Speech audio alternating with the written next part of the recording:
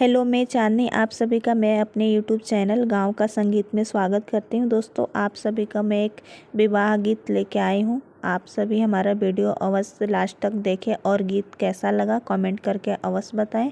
Video पर नए हैं तो लाइक शेयर सब्सक्राइब करिएगा। दोस्तों चलिए अब हम गीत गाने जा रहे हैं, आप गीत को एंजॉय करिए।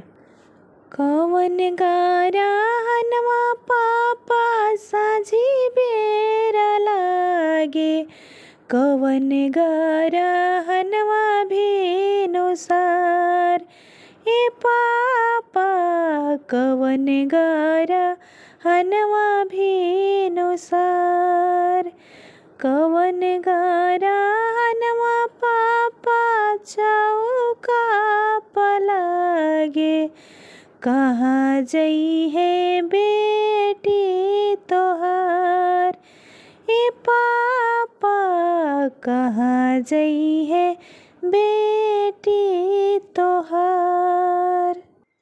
पापा तोहार अंगना के रहनी हम गुड़िया, तब काहे हो गई निजहरा के पुड़िया, कवने करना पापा हमारा के तेजनी, भेजतानी दोसरा दुआर ए पापा, भेजतानी दोसरा दुआर।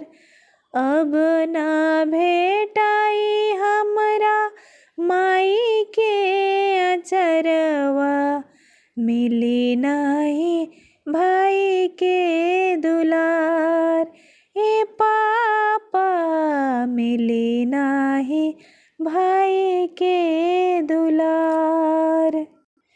सूरज गारा हनवा बेटी साझी बेरा लागे, चंद्र गारा हनवा भेनुसार ए बेटी, चंद्र गारा हनवा भेनुसार, तोहर गारा हनवा बेटी चौका पे लागे, जाए के बाद तोरा ससुराल ए बेटी, जाए के बाद तोरा ससुराल।